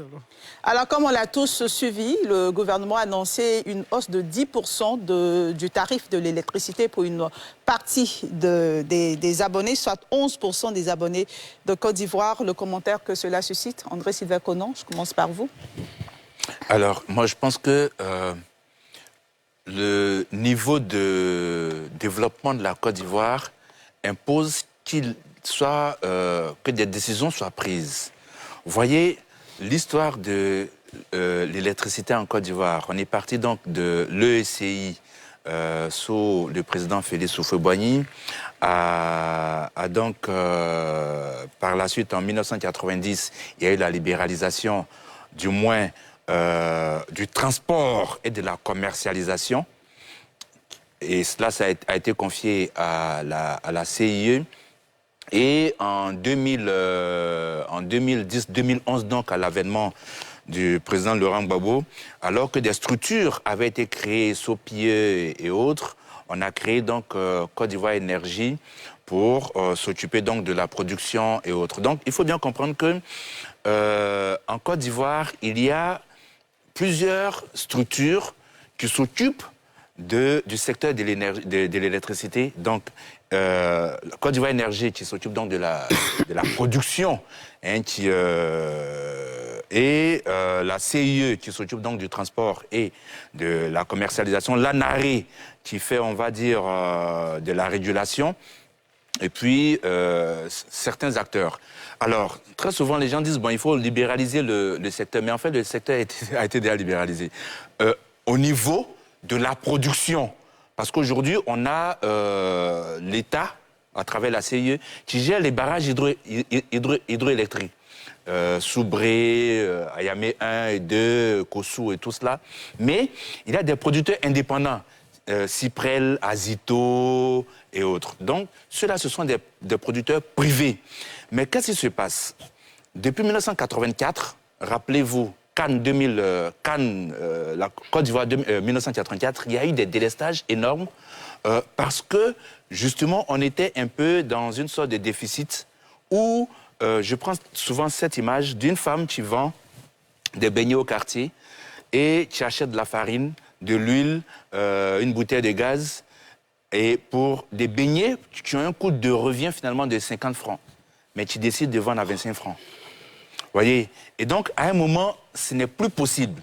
Alors, certains diront, oui, mais il faut peut-être voir le coût de la vie, le coût de qu'on appelle ça, le niveau de vie de l'État et autres, mais c'est tout un autre problème. Okay. Parce que cette dame qui, par exemple, vend ses beignets à 25 francs au lieu de 50 francs, même si elle décide de supprimer le téléviseur chez elle, si elle décide de ne plus donner le goûter de ses enfants, le problème structurel demeure, à savoir qu'elle vend des beignets à perte. Voilà. Donc, c'est ce qui se passait depuis 1984. Donc, les gouvernements qui se sont succédés n'ont pas eu forcément le courage de poser le problème. Parce que la Côte d'Ivoire est l'un des rares pays où le prix de l'électricité était assez accessible. Donc, pour vous, l'augmentation est justifiée? Absolument. Absolument. Landry Cuyot. Merci bien, Evelyne. Moi, je parle de réajustement. À écouter André Silver-Conan, c'est une question de veiller à ce que la Côte d'Ivoire, en tant qu'État responsable, vous abondez dans le même sens, pas à vendre l'électricité à perte. Moi, j'ai un problème qui est ailleurs. C'est vrai qu'on est dans une mesure qui, dans son application immédiate, est partielle. Concerne que 11%. Mais les 11% là sont essentiellement des entreprises qui verront bien sûr leur facture d'électricité monter et dont le coût de production des biens et services aussi sera impacté. Par voie de conséquence, les ménages qui en sont les consommateurs vont subir cela dans un contexte de cherté de la vie. Le ministre nous dit qu'il y a eu une étude préalable. Je me dis que quand on a dit démarche transparente, il faut nous faire connaître l'essentiel de cette étude-là pour rassurer les Ivoiriens. Autre chose au niveau de la communication, j'estime qu'elle a été biaisée parce que les premières personnes qui ont évoqué le réajustement au niveau des tarifs d'électricité, c'est le PDCI-RTA, en évoquant un motif contraire à celui qui est porté aujourd'hui par l'État de Côte d'Ivoire. Par voie de conséquence, ça crée un problème, une confusion dans la tête des Ivoiriens et une véritable crise de confiance. Et lorsqu'on doit prendre des mesures aussi importantes, aussi sérieuses, il faut éviter d'être la personne qui est en situation de défense. Il faut prendre l'initiative, il faut bien cadrer sa communication de sorte à ce qu'on ne connaisse pas d'interférence. Aujourd'hui, nombreux sont les Ivoiriens qui disent, en réalité, c'est à cause de la mauvaise gestion de la dette que l'on est en train de pouvoir augmenter l'électricité. Alors qu'aujourd'hui, on a un motif qui est autre, qui est porté par l'État de Côte d'Ivoire. Qui croit, dans tous les cas en politique, parce que c'est une question qui a un impact politique, c'est comment les gens perçoivent cela. Okay. Dernière chose, je vais terminer avec ça, c'est de dire aussi qu'il faudrait qu'en Côte d'Ivoire, on ait le courage politique de pouvoir s'organiser de la manière la plus structurée possible. Cette situation nécessite que les Ivoiriens soient informés comme il le faut, parce qu'aujourd'hui, on leur dit 89% des foyers ne sont pas concernés. Mais rien ne dit que dans 2, dans 3 mois, ils seront concernés. Rien ne le dit. Donc, il y a une inquiétude qui est justifiée et il faudrait qu'au niveau du ministère, on travaille davantage dans une démarche de communication institutionnelle efficace à pouvoir rassurer les Ivoiriens parce que ceci peut constituer une véritable cause de remous social. Ok. Serge Patrick de Souza, analyste politique, nous a rejoint. Bonsoir. Bonsoir, Evelyne. Votre avis sur la question? Je pense que André Silver-Conan a déjà planté le décor. C'est-à-dire qu'en fait, il faut pouvoir éclairer l'imagerie populaire. On s'est dit que la Côte d'Ivoire vend de l'électricité. Ailleurs, pas nous, mais ailleurs. Et comment est-il possible que nous qui vendons là, c'est nous on paye cher? Je prends vraiment le langage terre à terre pour qu'on puisse comprendre. En fait, la Côte d'Ivoire même achète aussi l'électricité. C'est comme on dit, la Côte d'Ivoire, le premier port thonier d'Afrique. Mais ce n'est pas nous qui pêchons. Ce sont des gens qui quittent ailleurs pour venir pêcher le thon. Et c'est eux qui nous revendent. Et c'est ce qui se passe aujourd'hui au niveau de l'électricité. C'est pareil.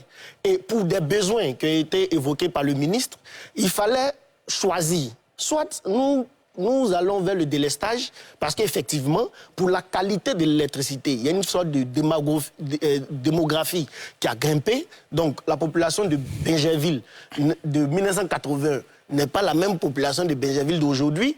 Il y a aussi des besoins au niveau technique. Mais en même temps, les structures qui sont en dernière position, c'est-à-dire, il y a Fostroc qui prend le gaz, qui emmène à Azito, Azito transforme et donne à la CIE pour pouvoir revendre. Mais la CIE vend à perte. Parce qu'effectivement, si nous devons tenir compte de ce que la CIE a des charges et que la CIE doit pouvoir capitaliser, c'est-à-dire je vends pour avoir de l'argent. Si je dois vendre seulement à perte, ça ne fonctionne pas, ça ne pourra pas marcher. Il faut prendre des décisions. C'est de là que vient cette histoire d'augmentation. Mais comme ce que Kyo a dit, c'est pertinent. Ce sont des industriels. Et c'est ceux-là qui ont entre les mains 80% de l'employabilité des gens. C'est ceux-là qui vendent le produit sur le marché. Si les charges fixes grimpent par rapport à l'électricité, ça veut dire qu'il doit faire un choix. Soit je diminue le nombre d'employés que j'ai, ou alors, qu'est-ce que je fais? J'augmente le prix des produits que je vends sur le marché.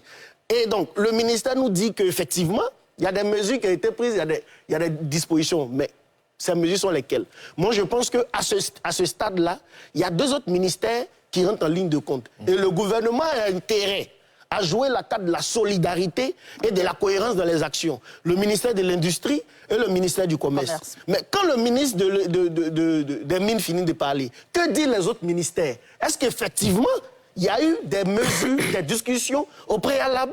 Il faudrait qu'on soit dans une société qui est véritablement ouverte, où lorsqu'on doit prendre des mesures comme celle-là, c'est-à-dire augmenter le prix de l'électricité, qui est vraiment essentiel, il faut que ça soit vraiment libéral. Il faut qu'on voie, il faut que la population entende. Et c'est là le problème. Voilà, donc je m'arrête là. On note bien Guillaume Bateau qui est encore dans des documents.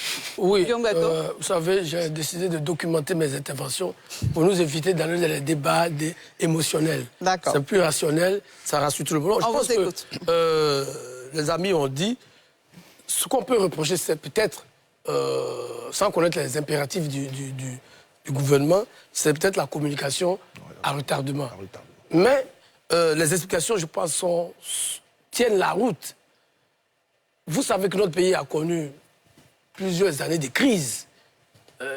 La dernière décennie a été une décennie de crise. Donc il y a des investissements qui n'ont pas été faits pendant longtemps, dans plusieurs secteurs. On connaît le secteur routier. Aujourd'hui, c'est le secteur de l'électricité. Donc il y a des mises à niveau à faire.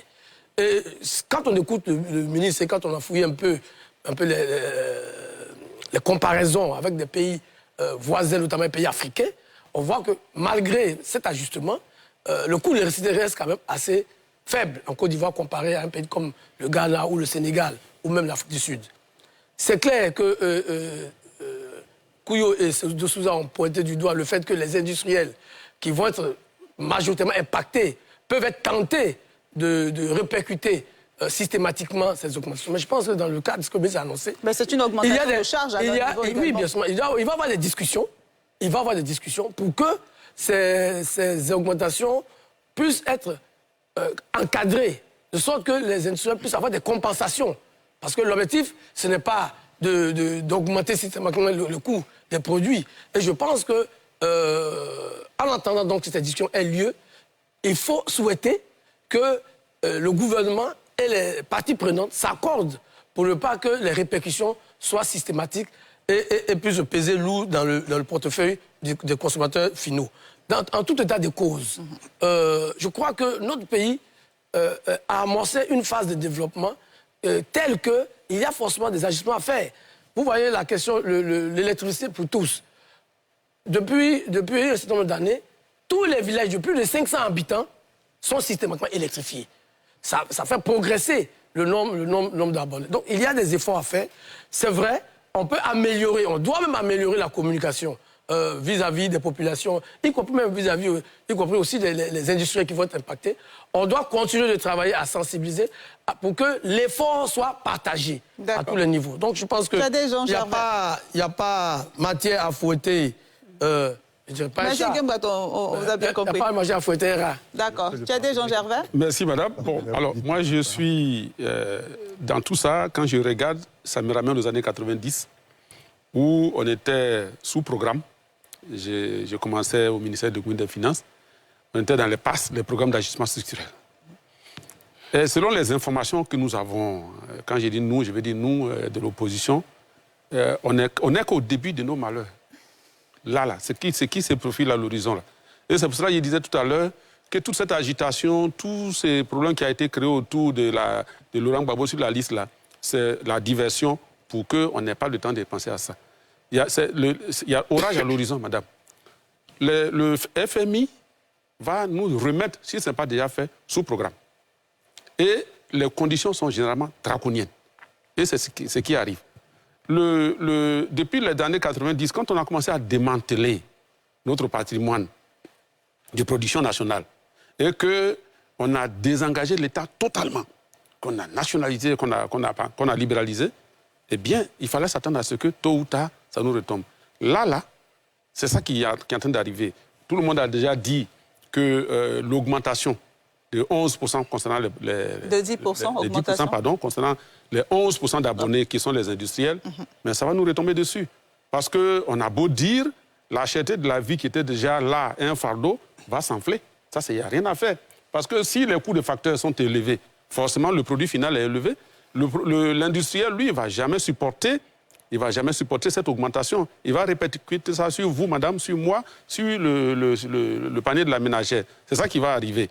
Donc, ce qu'il convient de faire, et je suis d'accord avec Kuyo, quand c'est comme ça, ça ne coûte rien d'ouvrir une discussion avec les parties prenantes pour que déjà, le problème est là. Donc, il faut qu'on en parle, il faut qu'on ait l'humilité de descendre pour dire, bon, voilà, venez, voilà le problème qui se pose à nous.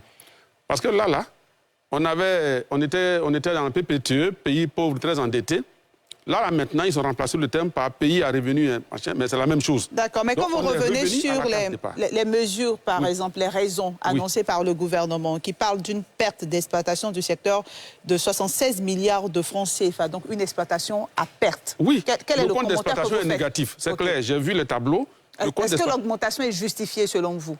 Ce n'est pas en impactant, en faisant payer à Guillaume Bateau, à De Souza ou à Kuyo, qu'on va régler le problème. Ce qu'il faut, c'est à la base, au niveau des charges de l'État, de faire un transfert.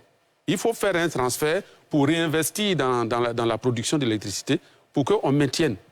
Et je reviens pour dire que ce n'est pas seulement la subvention à l'électricité qui va disparaître.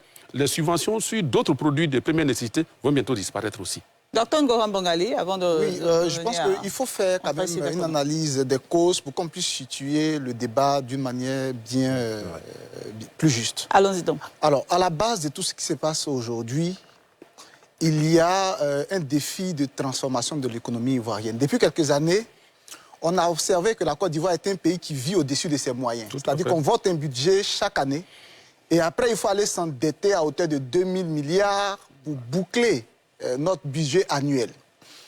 La solution pour qu'on sorte de cet engrenage-là, c'est d'augmenter les revenus à l'exportation de notre café cacao. Mais quand on exporte le cacao sous forme de fèves, on touche seulement l'équivalent de 40% des revenus d'exportation. Donc la solution qui a été déclinée dans le PND, c'est de passer de l'étape où on exporte des fèves, donc qui nous garantissent des revenus assez 5%. Quand on vend 100 kg de cacao dans le monde, pardon, 100 kg de chocolat dans le monde, on ne touche que 5 à 7% des revenus. Donc pour passer d'un gain de 7% à 15%, donc de doubler notre mise, la solution à travers le PND, c'était de construire des usines de broyage, de sorte que les fèves, là, on les broie en Côte d'Ivoire et on les exporte sous forme de beurre de chocolat. De sorte à doubler le revenu de l'État de Côte d'Ivoire. Comme ça, on aura suffisamment déjà pour ne plus vivre au-dessus de nos moyens et puis pour rembourser les anciennes dettes. Mais comme l'État de Côte d'Ivoire vit déjà au-dessus de ses moyens, pour financer justement ces industries de broyage, donc pour transformer l'économie, lui permettre de passer au stade où on en est, au stade d'une économie intermédiaire, il faut des capitaux pour installer ces industries-là. Donc, une négociation est engagée entre le gouvernement de Côte d'Ivoire et le FMI. Ils disent que le projet est vraiment brillant. Et donc, initialement, la Côte d'Ivoire avait demandé 2,6 milliards de dollars. Alors, ils adhèrent tellement au projet qu'ils ont même donné plus que ce qu'on a demandé, 3,5 milliards. Ouais. Mais étant donné que le pays a déjà un déficit qui traîne depuis des années, on demande à l'État de Côte d'Ivoire en face aussi de faire des efforts de son côté. Nous, on va mettre à votre disposition les capitaux qu'il faut pour que l'économie monte à un autre niveau, pour que vous gagniez plus, pour pouvoir couvrir vos anciennes dettes et celles que vous contractez. Mais en contrepartie, il faudrait que ce qu'on vous demande comme effort, c'est de supprimer toutes les subventions, puisqu'on considère que l'État de Côte d'Ivoire vit au-dessus de ses moyens, justement parce que l'État prend en charge un certain nombre de subventions dans l'énergie, dans le secteur alimentaire et tout cela. Ouais. Et donc, c'est, je veux dire, la contrepartie un peu salée. On demande à l'État de Côte d'Ivoire. Et donc, aujourd'hui, ce qui se passe dans le secteur de l'énergie, je pense que c'est un premier pas. Il y aura bien sûr d'autres subventions qui seront supprimées. Et l'État de Côte d'Ivoire, pour ne pas s'attirer la colère de la population, a proposé à FMI qu'en contrepartie, ce qu'ils peuvent faire, c'est de faire des transferts d'argent aux couches les plus vulnérables. C'est-à-dire qu'on supprime les subventions sur des produits alimentaires, sur l'électricité, mais pour éviter une colère sociale, un peu le modèle qui a été mis en place pendant la Covid. Malheureusement, ceux qui sont les plus démunis, qui sont dans les zones rurales, n'ont ni de téléphone, ni de compte mobile money, à plus forte raison, même une connexion au réseau national. Donc je pense que, à la base, l'idée qui motive donc ce processus dans lequel nous sommes, c'est une idée brillante, que la Côte d'Ivoire puisse sortir de son statut d'exportateur de fèves pour passer à celui de beurre de cacao. Mais le problème, c'est, ce qui est en question, c'est le choix qu'on fait du moyen de réunir de l'argent pour réduire notre déficit. Je pense qu'en Côte d'Ivoire, le premier problème, c'est la déperdition des finances. La déperdition des finances, on peut récupérer cet argent qu'on recherche en moralisant la vie de l'État. Il y a des institutions qui existent en doublon. On a mené des audits dans plusieurs structures de l'État où, en se concentrant sur seulement une seule EPN, on a vu avec le cas du FER, on a récupéré... Bon, du moins, on a découvert un trou de plus de 35 milliards. Parce que je vois que vous êtes donc je pense que c'est vrai. C'est vrai, l'État a besoin d'argent pour réduire son déficit budgétaire, mais cet argent-là, on peut le trouver en moralisant le train de vie de l'État. Et puis je pense qu'on n'est pas obligé d'avoir recours à cette voie-là. Bien noté. André Sylvain Conon. Non, moi je pense qu'il y a beaucoup trop de fantasmes autour du FMI qui impose les trucs et tout ça. Non, le problème n'est pas là. Et encore une fois, je le répète, le problème du train de vie de l'État est une chose. Moi-même, je suis un militant de ce qu'il y a des institutions à supprimer. Mais tant que vous ne réglez pas votre déficit structurel, à savoir que le prix de revient de la production d'électricité est plus élevé que ce que vous vendez, toutes les décisions que vous prendrez sont des... Bon, voilà. Donc, ce que j'aimerais dire, c'est quoi? C'est que, mine de rien, il faut qu'on sache d'où on vient. 1391 mégawatts en 2011. Aujourd'hui, la Côte d'Ivoire produit plus de 2500 mégawatts. C'est-à-dire qu'en 11 ans, la Côte d'Ivoire a doublé sa production. Première chose. Deuxième chose, on était donc à un taux moyen de coupure de 47 heures par an en 2011. Aujourd'hui, nous sommes à 28 heures. OK? On était à un taux de couverture en 2011 de 33% du territoire ivoirien. Aujourd'hui, nous sommes à 82%. Quand vous partez, par exemple, dans la région du Nzi, sur 266 villages et gros campements, seulement 6 ne sont pas encore électrifiés. Ce qui n'était pas du tout le cas. Il y avait moins d'une centaine en 2011. Donc, il y a un choix qui a été opéré qui consiste à dire, OK, il faut que la Côte d'Ivoire atteigne un certain niveau d'électrification. Mais ça a un coût. Vous voyez, ça a un coût. Et donc, malgré tout ce qu'on fera comme la plus-value au niveau donc, de la transformation, ça ne règle pas le problème du déficit. Alors, tout à l'heure, quelqu'un a parlé du PDCI qui avait... Oui, parce que en réalité, c'est le gouvernement qui en a parlé au départ. Le 3 mai, je crois, en tout cas début mai, il y a eu un conseil des ministres où le gouvernement avait parlé du déficit au niveau du secteur de l'électricité. Mais alors, le porte-parole du PDCI, pourquoi est-ce qu'il en a parlé par la suite? C'est parce que justement, le gouvernement, avec le Premier ministre Patrick Achi, était en train de discuter avec les industriels pour arriver à ce qu'il n'y ait pas de répercussions sur certains produits. C'est comme ça que les fuites sur le fait que les rumeurs ont commencé à courir sur le fait qu'il y aurait... Donc il y a effectivement des décisions qui ont été faites, mais effectivement le ministère chargé donc du commerce et de l'industrie doit venir rassurer les Ivoiriens parce que, à ma connaissance, il y a des études qui ont été effectivement faites où c'est une marge de 0,01% de surplus, par exemple, sur certaines charges. Qui donc, peut être une marge importante selon que... Oui, c'est important. Mais, encore une fois, il faut que... Moi, un instant, il faut que les Ivoiriens comprennent une chose. Moi, je connais presque tous les pays qui sont environnants. Quand vous prenez par exemple le Ghana, la Guinée, même le Nigeria, mais les citoyens sont obligés de payer des groupes électrogènes. En Côte d'Ivoire, on ne paye pas de groupes électrogènes. Voilà. Et donc, on doit accepter qu'on a un certain niveau de développement aujourd'hui et on doit assumer. D'accord. Landry Kyo. C'est ce que je disais dès le départ. Hein. Vous savez, en toute chose, c'est une question de communication. Que M. André Silver Conan, qui n'est même pas parti dans cette affaire, soit en train de défendre.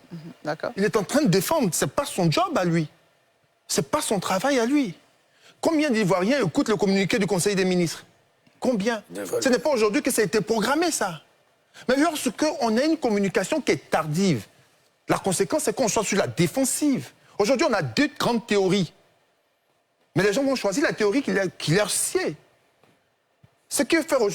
La réussite d'un programme politique est la communication.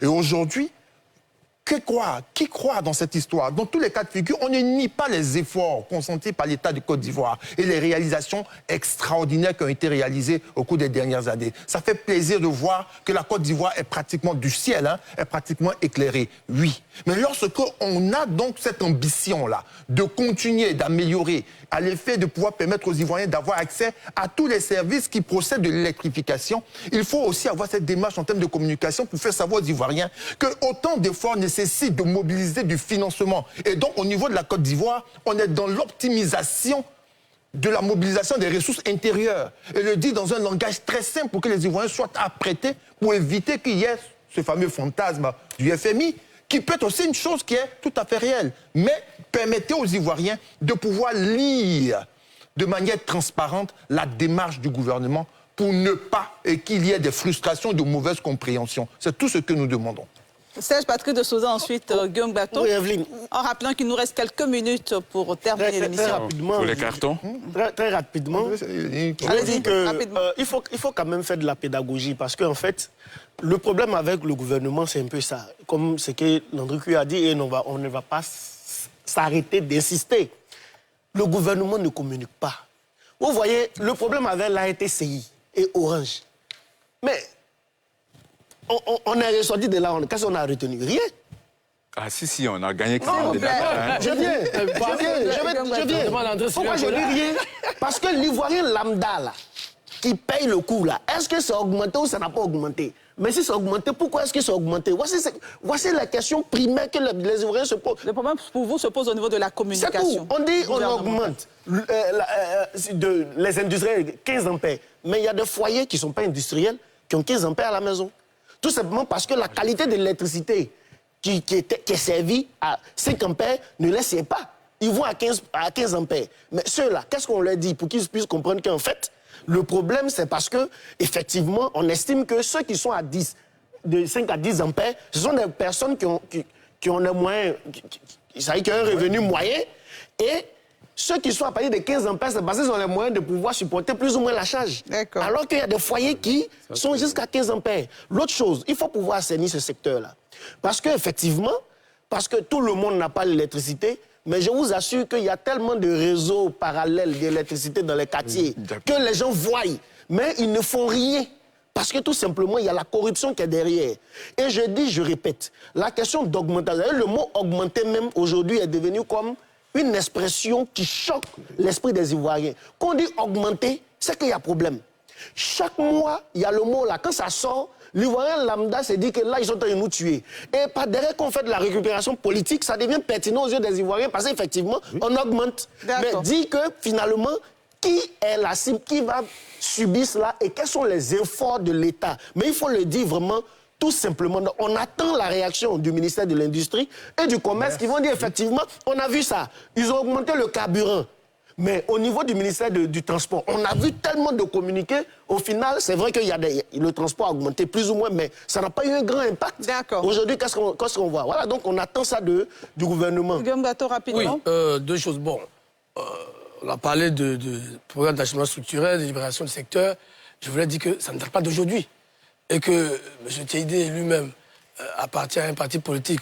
Bon, son ancien parti a été au pouvoir. Et que ces réformes-là globalement, ne date pas d'aujourd'hui.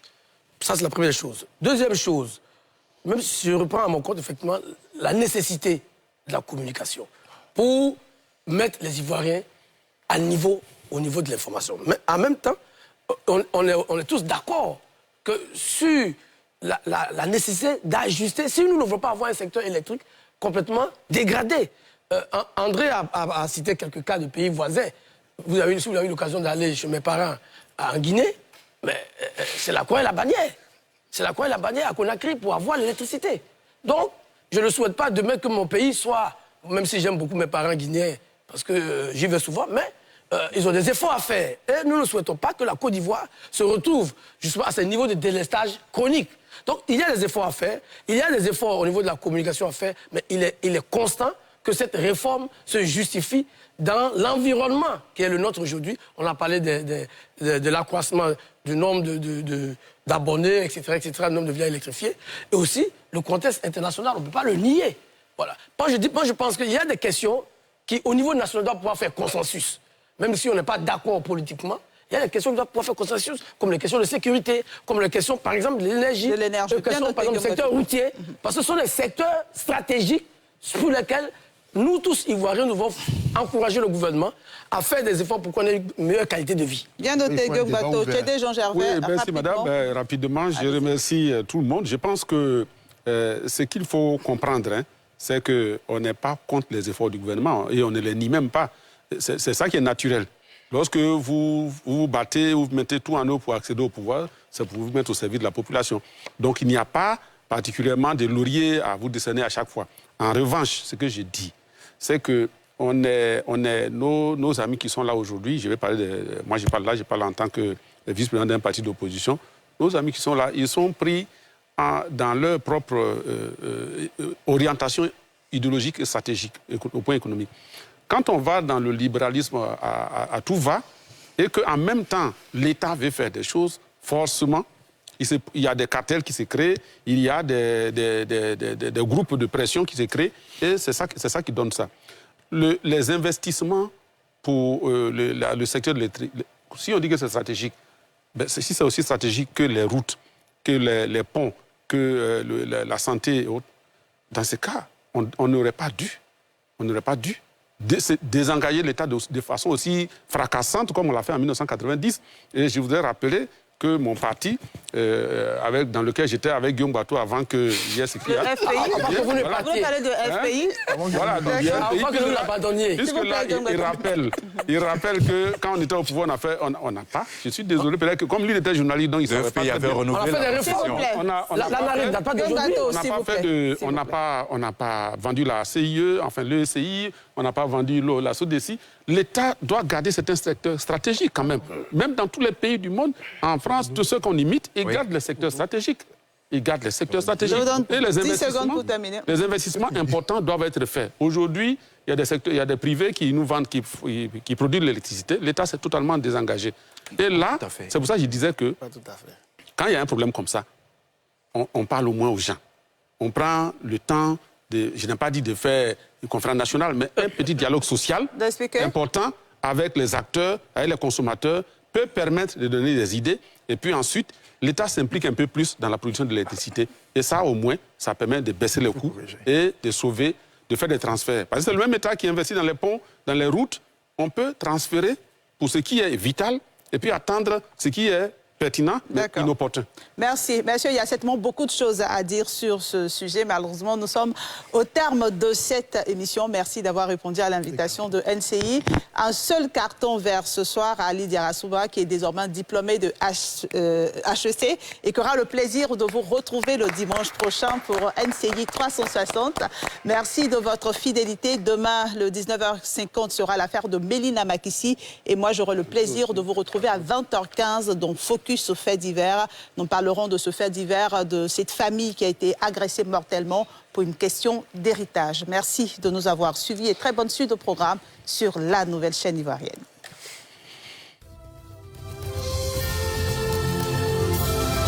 Port autonome d'Abidjan, une référence internationale.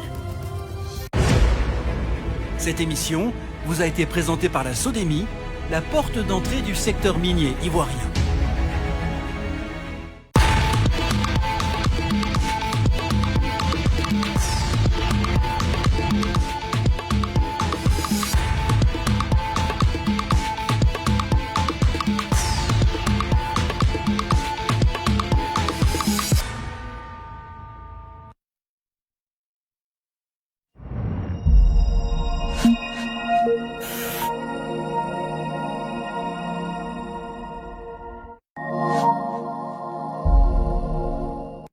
Sous le haut patronage